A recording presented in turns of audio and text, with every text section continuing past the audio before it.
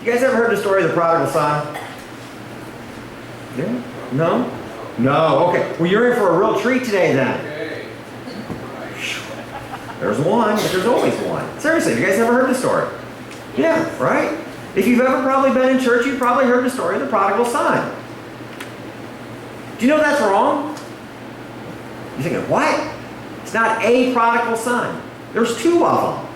There's two prodigal sons in this story. And you know what? Even God, the Father that's represented in this story, does some amazing things that are way out of character. So let's get into this a little bit and see, why are there two prodigal sons? You see, Jesus is speaking to two different groups of people, if you remember from last week. He's got these long-haired freaky people over here, the social outcasts, the tax collectors, the harlots, the sinners, the drunkards, the losers, the big pile of losers right here. And they're all following Jesus. And they're like, man, this guy's got it going on. He's speaking the words of life to us. He's telling us things we've never heard before. And then you got over here this group of people over here, this is the finely dressed, the looking good church folks, the rulers of the temple, the Sadducees, the Pharisees, the scribes, the lawyers, the doctors, these guys got it going on. I mean, they look good. They dress good. They know all the right words.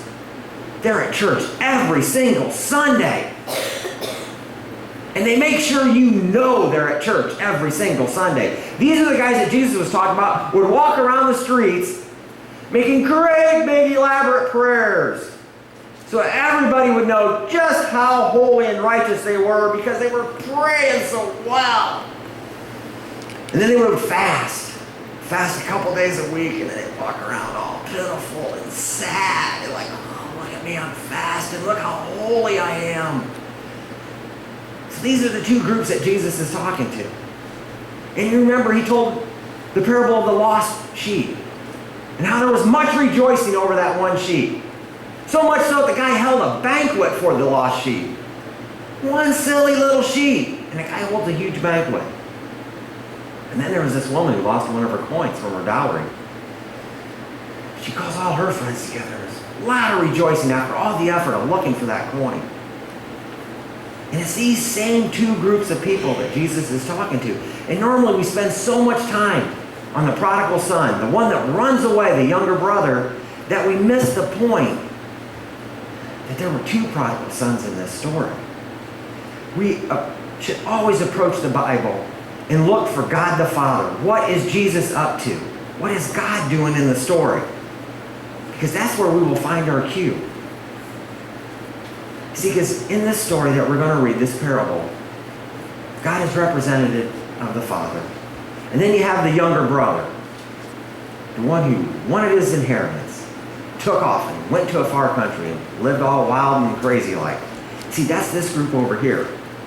These folks right here, if you will. The tax collectors, the sinners, the outcasts, the ones that, they probably got tattoos and stuff. Yeah, Wild Wanda, exactly. It's that group of people. Then you got the older brother people, the ones that got the tie on every Sunday and it's nice and straight. Jackets freshly pressed. They look good. Not a wrinkle in their slacks. Hair's done nice. Not a hair standing up or even a colic out of place. The ones that make a nice show of their obedience in their religion. And that's who these two groups and these two boys represent. And you will notice as we go through this that both of these boys, both of these sons were alienated from the father. The younger brother runs away. The older brother stays.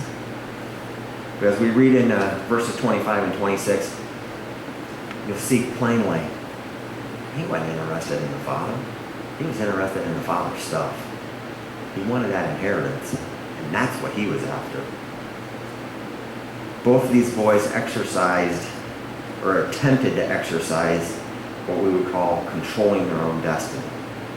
This group over here, they did it by going out and living wild and being bad. I'm going to do my own thing, and nobody's going to tell me what to do.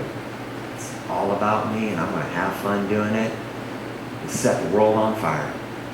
This group over here, they did it a little bit differently. You see, they did it by obeying and being prim and proper all the time. But their heart wasn't in it.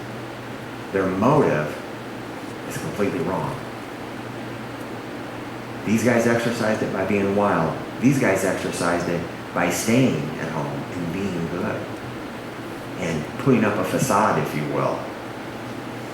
We'll see that the father takes such great lengths and goes so far to reach both these boys, to reach both these sons. You see, as we read this, we think it's no big deal to see a father run. But in this time, in this culture, if a man with children or a man of age lifted up his robe to run, it was a scandal. It was completely unheard of. Matter of fact, if a man did that, he would probably lose his standing in the city. His reputation would be ruined. And then the second son, in verse 28, we'll read how he leaves the party, his place of honor. He's the patriarch. It's his party for his son, and goes out on the front porch, if you will, to meet that other son. See, both these things are out of character. They are not to be done. A man of his stature and dignity should never lower himself to meet a child, a son, even a son of age, where he was at. Completely uncalled for. This would be more than just a social faux pas. It would be a character shatterer. So let's read through this. Starting in chapter 15, verse 11.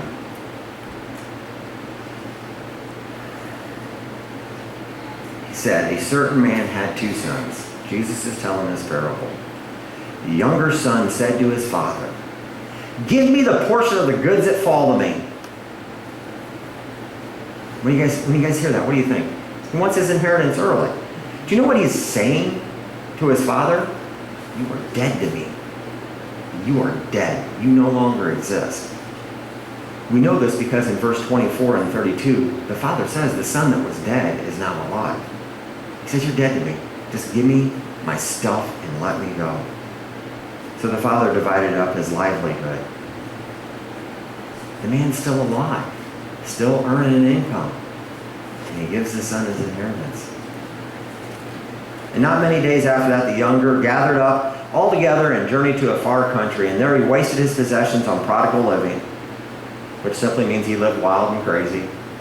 Talking parties, girls, the whole deal. But when he had spent all there was, there arose a severe famine in the land, and he began to be in want. Where's all those friends he made while he was out partying and carousing and having a good time? Money runs out, and he's in want. Must have been fair weather friends. I guess they were only there because he had cash. You can find that a lot in life. You'll have a lot of friends when you're doing well. And when he joined himself to a citizen of that country, he sent him out to his field to feed swine. See, for a Jewish boy, pigs were unclean.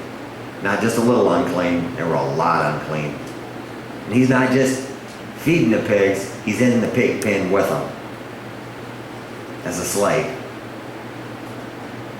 And he would have gladly filled his stomach with the pods that the swine ate, and no one gave him anything. Sorry about your luck, dude. And here we see a change in him. But when he came to himself and said, how many of my father's hired servants have bread enough to spare, and yet I perish with hunger? I will arise and go to my father and say to him, Father, I have sinned against heaven and before you. I am no longer worthy to be called your son. Make me like one of your hired servants. And he arose and came. Besides being humbled, as we see that he is, he puts that humility into action.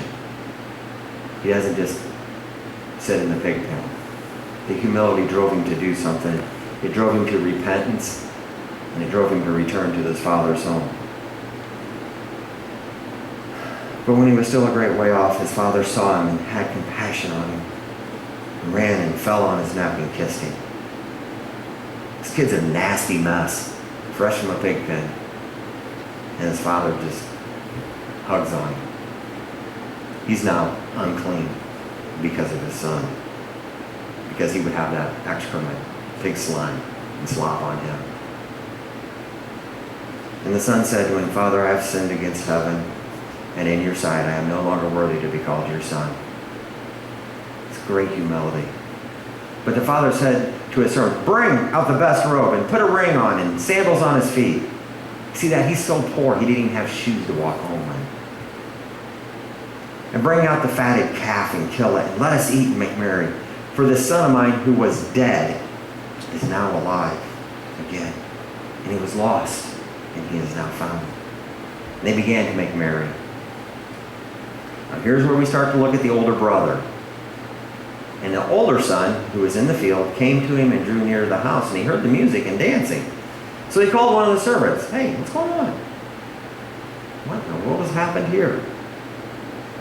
He said, what do these things mean? And he said to him, your brother has come home, because he, the father, has received him safe and sound. Your father has killed the fatted calf. And here we go. Here's where we start to see him become real prodigal. But he was angry and would not go in. Therefore his father came out and pleaded with him. His father comes out in the court and says, son, what's the matter? Your dead brother is alive and returned to us well. So he answered and said, look, Father, I've been with you all these years. And listen to this. I have never transgressed. Did he just say, I'm perfect? It's exactly what he said. It's all about me. Look how perfect I have been. I've never done anything wrong. And I have been with you all these years. And you have never given me a goat. Let's say the guy's 30. Do you suppose he's ate food all those years and had clothes and shoes and stuff? But yet, never given me anything. I couldn't even have a goat to go have a little fun with my friends. But as soon as this son of yours, who has devoured all your livelihood, who has spent his third of the estate, is now home, and you have restored him, so that means that the estate will be divided again when you actually die, so I'm losing again, has come home, you throw a party for him. He's wasted that money. He's wasted your effort, Father, on harlots and wild living. And what does the father say to him? Get out of here. Go on, you bum. Get lost. You're nothing. No, that's not what he says to him. He says to him, son, you have always been with me, and all that I have is yours. It was right that we should make merry, for your brother who was dead is now alive again. He who was lost is now found. These two boys were both only interested in one thing. They were not interested in their father. They were interested in the estate. The younger brother was up front. He wanted his stuff right up front so he could take it and go do as he pleased. That's exactly what happened. The older brother was just as bad, except for the older brother was playing the long game. He was waiting for the old man to die. He was, you know what, the old man dies, all this is going to be mine. So here's what I'm going to do. Instead of taking it and running off like the little brother did, I'm going to stay here, and I'm going to be little Mr. Sally Suck-Up, and I'm going to do everything Daddy says, and I'm going to be the good little boy, and I'm going to be the teacher's pet, and it'll all be mine. I'll have the estate, and do as it whatever I please. See, both these boys failed to miss the point. They missed the point of they were more interested in the provision than the provider. See, the younger, and then as we go through this story, we see that the younger brother knows he failed. He knows he blowed it. Because we see the humility. It's like, Father, I've sinned. And he humbles himself. But what does the older brother do? The older brother throws a hissy fit. You see, the older brother knows something too. The older brother knows he did right. He did it right. He did it by the book. He played the long game. He knows that he, through his effort, has earned favor. Now, all this should be mine. The younger brother knows he's earned nothing but judgment. We see that when he comes to his father and says, I'm not worthy to be your son anymore. Just make me like one of the hands, one of the hired guys out in the field. That's all the more I'm worth. But the older brother knows he did it right. And he's like, hey, you owe me now. I did this right. I was always here. I showed up to work every day. You owe me. You see, that older brother totally misses the point. And we have a lot of people in churches today that totally miss the point as well. The younger brother understands the gospel. And you're thinking, well, who's the younger brother? The younger brother could be anybody. It could be anybody that shows up at church. But he understands the point. He understands the gospel. He understands that I was once lost and now I am found. I was once blind and now I see. I understand that it is because of God breaking me down and teaching me the hard facts of life. I understand mercy and grace and long-suffering firsthand because I've had to live through it. I've experienced it. He understands that the righteousness and the favor that he is being seen and shown here from the Father isn't anything that he's done. It wasn't on his merit. It wasn't because of the works he had done. He understands that he is saved to obey and not obeys to be saved. The older brother, however, doesn't get it. But he does know it. He knows it. The older brother in our churches today could quote you verbatim, verse by verse, and tell you exactly what you're doing wrong and how you should do a better job and be more like me because I know this stuff. But he doesn't understand grace. And he doesn't understand mercy. But he knows it. He's applying what we would call a works-based or a performance-based system to his faith. If I do this, this, and this, then God owes me. He owes me my salvation. You see, because I went to VBS, took communion, I was baptized, I became a church member, I did this, I did all these things. I did exactly by the book. So God owes me. I went to every Wednesday service. I was at every prayer meeting. God owes me. And this fly up here is going to get smacked here in just a minute. He thinks that because he's been so perfect, remember we read that, I've never transgressed, that it is in his perfection and his righteousness that someday he's going to take it to God and say, look at all I did. You owe me heaven. And the Father's going to say, I don't know, man. You did all that in your own strength. You never relied on me. You never experienced grace. You never experienced mercy. You never understood. We think, well, that's just wrong. But if you guys recall back in Matthew when we were going through the parables, remember the parable of the sheep and the goats? How the goats thought they'd done it all right? Cast out demons, served the poor. They did all this stuff. Never understood and knew the love of God. They did it for the very same reason this older brother does it, to earn something. Grace, by definition, is unmerited favor. It's nothing you can do, nothing I can do to earn God's favor or God's love. There's no thing that you or I can do that will make God love us more or less than what he already does right now. There's no works involved. The question it becomes for us today is, which brother am I? Am I the younger brother who is relying on the grace and mercy of the Father to see me through my days and see me into eternity? Or am I an older brother who is going to rely on my own strength, my own dedication, my own will, and my own righteousness to see me through my days and see me into eternity? Does the Bible teach that? No. The Bible teaches us that we are saved by grace through faith. It is not of ourselves, lest any man should boast. This brother doesn't boast because he knows he's done nothing and that he's worth nothing. And he puts that humility into action through obedient service to the Lord. This brother over here, while he thinks he has it all together, has absolutely nothing together. because he's boasting about his works. He's boasting about his righteousness. He doesn't understand that that righteousness that he so longs for is imparted from Christ. It's not earned. There's nothing we can do for it.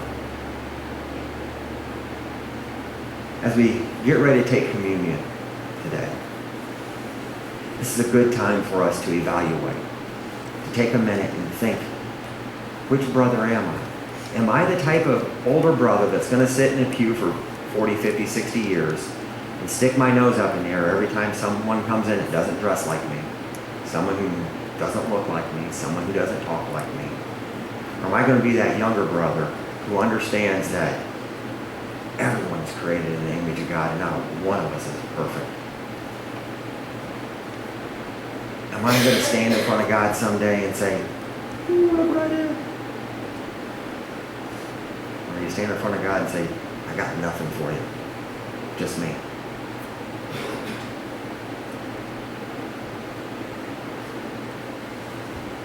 It's a hard truth to come to because it's easy to become an older brother. It really is. We get into our routines. We get into our habits. We like the music a certain way. We like the temperature a certain temperature. We like our particular pew. We like to wear the same clothes every Sunday. It's easy to get into a routine. But we need to shake that routine up.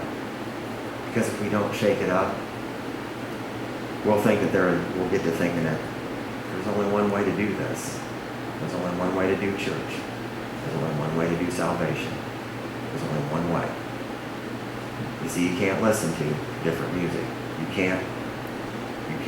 That's against the rules. And an older brother will lose their mind trying to keep the rules. They become overly stressed, anxious, and they take that stress, they push it out onto the younger brothers in an attempt to make those younger brothers come over and be just like them. See, because the older brothers are miserable. Because they're trying to live in perfection. And they're trying to do it in their own strength. And no man, not one, is righteous enough to come before God. Because our righteousness is as filthy rags. It is of nothing. These older brothers are missing the boat. Let's pray. Lord, this can be difficult for us to accept the fact that we're a younger brother or an older brother. Most of us don't like to think about it. But Lord, if you taught it, we have to think about it. We have to do something about it. So Lord, I pray that you would touch our hearts in such a way that we would understand if we're an older brother, we need to learn to trust in you, not in ourselves. If we're a younger brother, we need to quickly learn to humble ourselves and trust in you. At the end of the day, Lord, whether we're younger or older brothers, the bottom line comes in down to we need to humble ourselves before you and accept what you have for us. In Jesus' name.